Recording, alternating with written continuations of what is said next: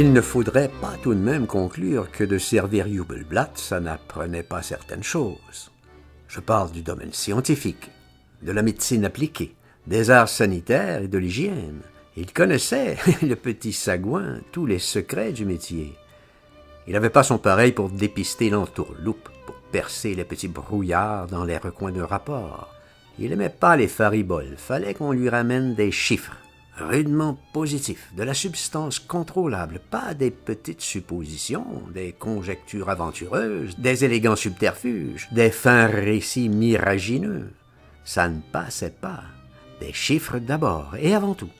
Les sources, les recettes du budget, avant les dépenses, des faits basés sur des espèces, en dollars, en livres si possible. Pas des courants d'air. Que ce soit de Chicago dont il s'agisse, ou de la Chine, de Papworth ou de Mauritanie, il ne fallait pas qu'on lui en raconte. Il interrompait tout de suite le narrateur. Bien poliment, il faut le dire. Il sortait son petit crayon. « Attendez, voulez-vous, je note. Combien vous m'avez dit? Je ne retiens pas très bien les chiffres. » Les brouillards, les jeux de phrases, c'était pour les autres. Il encaissait, lui, que le pognon. L'avenir, les paroles d'espérance ne lui inspiraient que méfiance. Il appréciait pas beaucoup les douces promesses de l'avenir.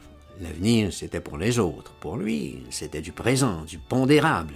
Les phrases, l'imagination, donnons tout aux députés Ferdinand, aux hommes politiques, aux artistes. Nous, comprenez-moi, Ferdinand. Si nous ne sommes pas très sérieux, alors il vaut mieux disparaître. Nous n'y arriverons jamais. Les phrases pour les commissions. Pour nous, Ferdinand, la caisse.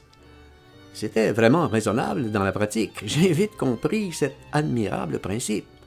J'ai appris à lire les budgets, à ne jamais croire rien sur parole, à tout de suite aller regarder au profond des comptes, refaire toutes les soustractions, forcer l'homme toujours escroc, le meilleur, le plus pur, la dupe, hors de son brouillard, avant qu'il vous enveloppe de même.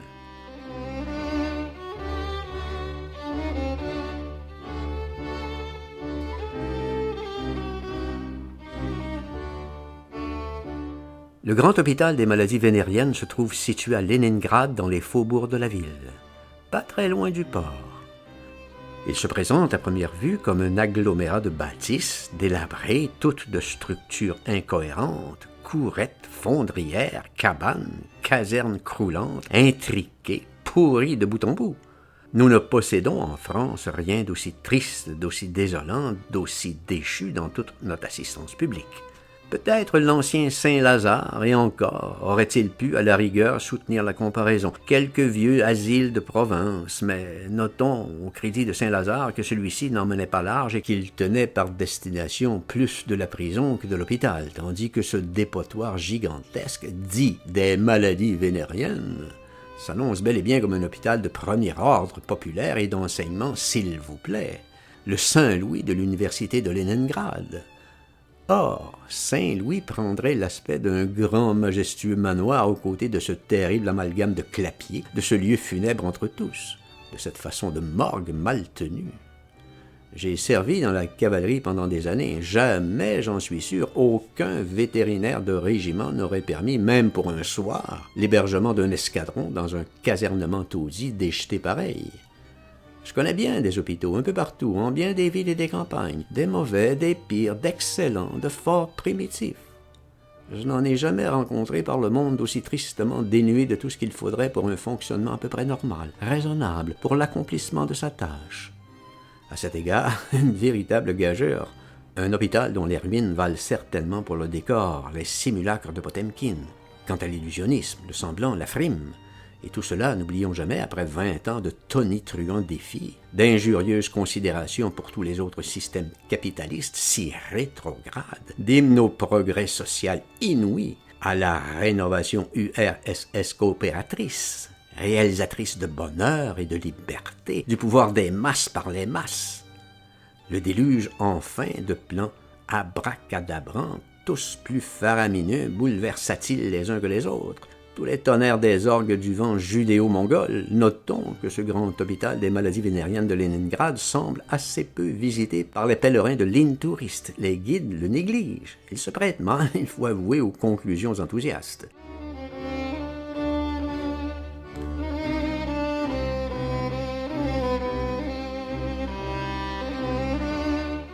d'aventure si quelques touristes spéciaux, ministres de Front populaire en tournée de caviar, quelques savants médecins juifs ou francs-maçons se fourvoient de ce côté, hors des itinéraires battus, les yeux de sa foi lui feront tôt découvrir, malgré l'évidence, quelques aspects tout à fait réjouissants, très encourageants de cette gigantesque ordure. Les vertus, par exemple, de ce petit personnel parfaitement admirable. Il crève de faim. Le stoïcisme de ces malades si parfaitement dociles, compréhensifs, sociaux et reconnaissants. Il crève de peur.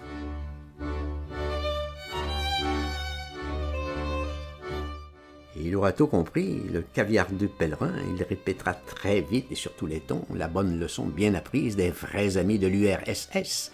À savoir que Yusupov, Raspoutine, Denikin et Koutiepov sont les seuls vrais responsables de cette pénurie en denrées premières et objets manufacturés que l'on peut encore déplorer de temps à autre, mais de plus en plus rarement.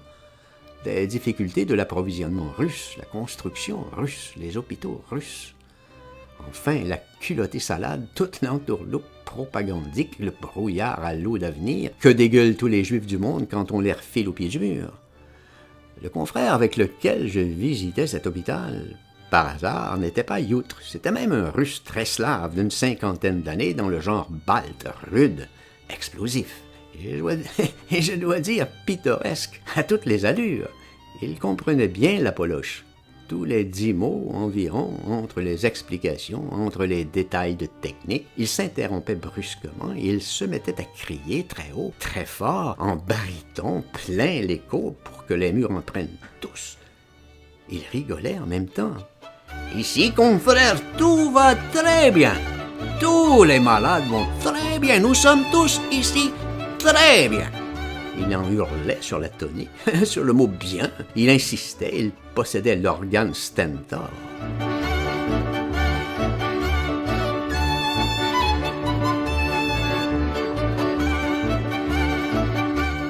Nous arpentâmes tout au long couloirs, corridors, grandes et petites salles. Nous nous arrêtions au surplus ici et là pour regarder une vérole, une névrite, un petit quelque chose. Bien sûr, ils avaient des draps, ces malades, des chalits de troupe, de la paillasse, mais quelle crasse, bon Dieu, quel débris, quel grand gousien chiot-moisi, quelle gamme d'horreur, quel sale entassement poisseux, de cachectiques sournois, d'espions grabataires, d'asiates rances, tordus de haine peureuse.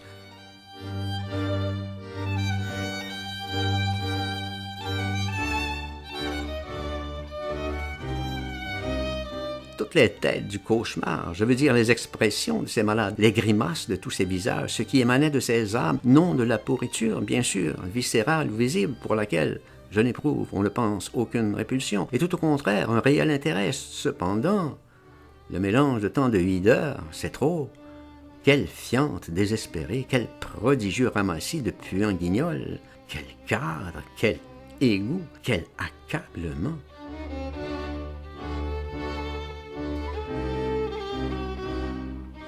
Pas un coup de peinture sur les murs depuis Alexandre. Des murs du torchis en étoupe de fange, une sorte d'immense insistance dans le navrant, la désolation. J'ai vu pourtant bien des naufrages, des êtres, des choses innombrables qui tombaient dans le grand limon, qui ne se débattaient même plus, que la misère et la crasse emportaient au noir sans férir. Mais je n'ai jamais ressenti d'étouffoir plus dégradant, plus écrasant que cette abominable misère russe.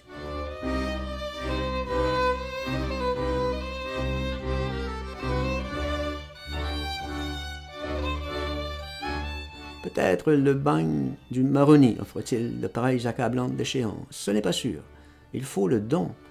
Souvent, l'on s'est demandé, après lecture des auteurs russes, je veux dire des auteurs de la grande période, pas les larbins soviétiques, par exemple Dostoïevski, Tchekhov, même Pouchkine, d'où ils provenaient ces hommes avec leur transe, comment ils tenaient à longueur d'œuvre le ton de cette rumination délirante, funèbre, cet épileptisme policier, cette hantise du bouton de porte, cette détresse, cette rage, ce gémissement de chaussure qui prend l'eau, qui prendra l'eau éternellement, amplifié, cosmique.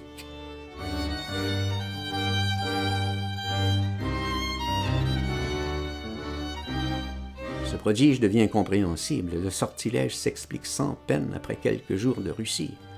On conçoit parfaitement ce déchirement, ce suintement, cette dégoulinade douloureuse de toutes ces âmes, comme autant de niches pourries sur les os d'un chien famélique, battu, perclus, condamné. Banale question d'ambiance, au fond, nul besoin de rien forcer, de fabriquer le trémolo. Tout est là, devant les yeux, sous la main.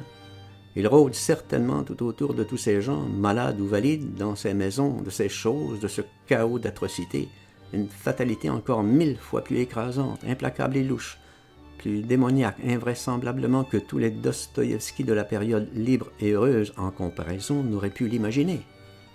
Raskolnikov, mais pour les Russes, c'est du bouboule. Ce damné doit leur paraître, somme toute, assez courant, assez vulgaire, aussi spontané, aussi fréquent, ordinaire que bouboule.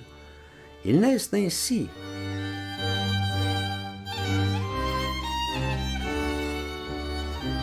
Je reviens à ma visite du grand champ cru Capharnaüm.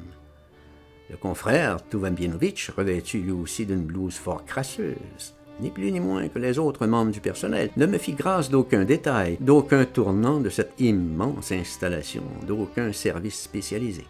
J'ai tout vu, je pense, bien tout vu, tout senti, depuis le KGB des piqûres jusqu'aux oubliettes tabétiques, de la crèche aux essaims de mouches jusqu'au quartier pour hérédos. Ces petits-là, syphilis infantile, semblaient entre autres fort bien dressés, préalablement. Ils m'attendaient bien sage, au passage. Ils devaient jouer pour les rares visiteurs toujours le même rôle, la même petite comédie. Ils m'attendaient au réfectoire, attablés devant autant d'écuelles, par groupes, par douzaines, en cercle, tondus, verdâtres, bredouillants, hydrocéphales, une bonne majorité d'idiots, entre 6 et 14 ans, enjolivés pour la bonne impression de serviettes très crasseuses, mais très brodées.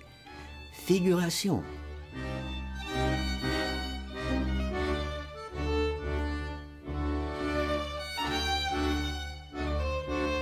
À notre entrée, ils se dressèrent tous d'un seul jet, et puis tous ensemble se mirent à brailler quelque chose en russe, la sentence. « Tout va très bien, nous sommes tous très bien ici. » Voilà ce qu'ils vous disent, confrères, tous. Touvambinovitch avait des élèves dans le coin. D'ailleurs, il se fendait la pêche, ce confrère est un des rares Russes que j'ai vu rire pendant mon séjour à Leningrad. Voilà nos femmes de service, nos infirmières du service. On aurait pu, avec un peu d'attention, les distinguer, les reconnaître parmi les malades. Elles semblaient encore plus déchues, navrées, perclues, fondantes de misère que tous les malades hospitalisés. Elles vacillaient toutes, littéralement, entre les parois du couloir, exsangues, décharnées, croulantes en guenilles, d'un bord crasseux sur l'autre. Combien gagnent-elles? 80 roubles par mois. Une paire de chaussures coûte 250 roubles en Russie.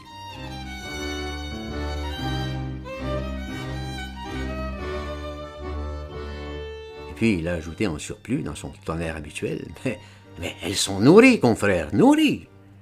Il se bidonne. Tout va très bien, qu'il vocifère. Mais le meilleur de cette visite, c'était pour la fin, les traitements gynécologiques. La spécialité de Touvambinovitch, le bouquet. Un bazar, une collection, une rétrospective d'instruments, d'antiquités ébréchées, tordues, grinçantes, maudites, qu'on ne trouverait plus qu'au Val-de-Grâce dans les cantines et les trousses du baron Larry, avec bien du mal. Pas un broc, un trépied, une sonde, pas le moindre bistouri, la plus courante pince à griffes de cette répugnante quincaille, rien qui ne date au moins des tsars. Des vraies ordures, un fouillasson bien déglingué de saloperies innommables, tessons rongés, sublimés, pourris de permanganate à ce point qu'au puce personne n'en voudrait. Les rabouins refuseraient sans appel. Pas la valeur du transport en voiture à bras. Une poubelle très décourageante. Tous les plateaux corrodés, écaillés jusqu'à l'envers, macérés. Je ne parle pas du linge, des trous et de la merde. Touvambinovitch, dans cette zone, il était aux anges, c'était sa consultation, le moment de son art. Retroussant ses manques, il se met en devoir aussitôt, et le voici qui fonctionne. Les culs partout se ressemblent, les malades attendent leur tour, une ribambelle pour grimper sur le chevalet. Les étudiants, un peu abrutis, un peu boutonneux, un peu malveillants, comme tous les étudiants du monde, prennent de la graine. Il s'agissait de farfouillage, de décollage des replis, de grands suintements du vagin, du col, de tamponnements à pleine vulve, de pressurer les bartolins, enfin la bricole ordinaire, le casuel glaireux des métrites. Touvabianovitch s'en donnait, toujours cordial, bien pétulant, haut de verbe à son affaire, gaillardamment. Il m'en promenait plein la vue, c'est vrai qu'il était habile. Il manipulait fort crânement, avec une rude dextérité, tous ses attirails en déroute, ses annexes, ses purulences, en grande série. Un petit jet de permanganate et plout, je te plonge dans une autre motte. La moitié du bras, en pleine fièvre. Il faisait rendre un peu les glandes, toujours pérorant. Il se secouait à peine les doigts et flou, fonçait dans la prochaine. Pas une seconde de perdu. Comme ça, main nue, velue, dégoulinante de jus jaune, sans doigtier absolument.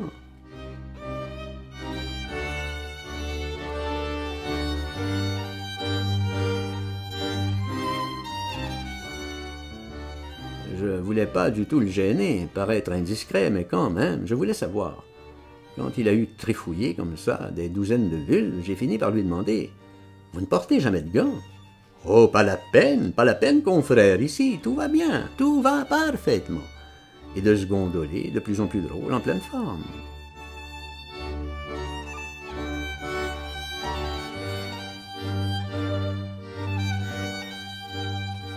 Bien sûr, ce n'était pas de sa faute si le caoutchouc manque en Russie. Il profitait du voisinage pour regarder un petit peu dans le trou du cul. Il cherchait là aussi les gonneaux en bringue dans le pot de lentilles, les petits replis de l'anus. Il jetait d'abord un peu d'eau et un peu de vaseline autour, et puis encore du menthol. Il grattait avec ses ongles, enfin, une petite cuisine. Et puis, tout de suite, immédiatement, il refulait dans la prochaine vulve. Il s'arrêtait à l'entrée, une pression sur les bartholins. Il était tout à fait heureux quand ça rendait vert un jus bien épais, bien lié. 2, 3 tampons. Tout va bien, confrère, tout va bien. Mais il fallait que je me trisse, ça pouvait pas durer toujours. On s'est quitté en plein accord. Je suis repassé chez le directeur, un juif, celui-là bien juif, et son secrétaire de même. Ils parlaient allemand tous les deux, ils ont déplié devant moi pour mon édification toute une série de plans splendides, des relevés, des esquisses, des projections, des diagrammes immenses, des rapports, tout ça ayant trait à l'avenir. Un projet de construction d'un hôpital magnifique. Ça m'intéresse pas à l'avenir, c'est tout du mensonge. C'est l'astrologie des Juifs. Moi, ce qui me passionne, c'est le présent.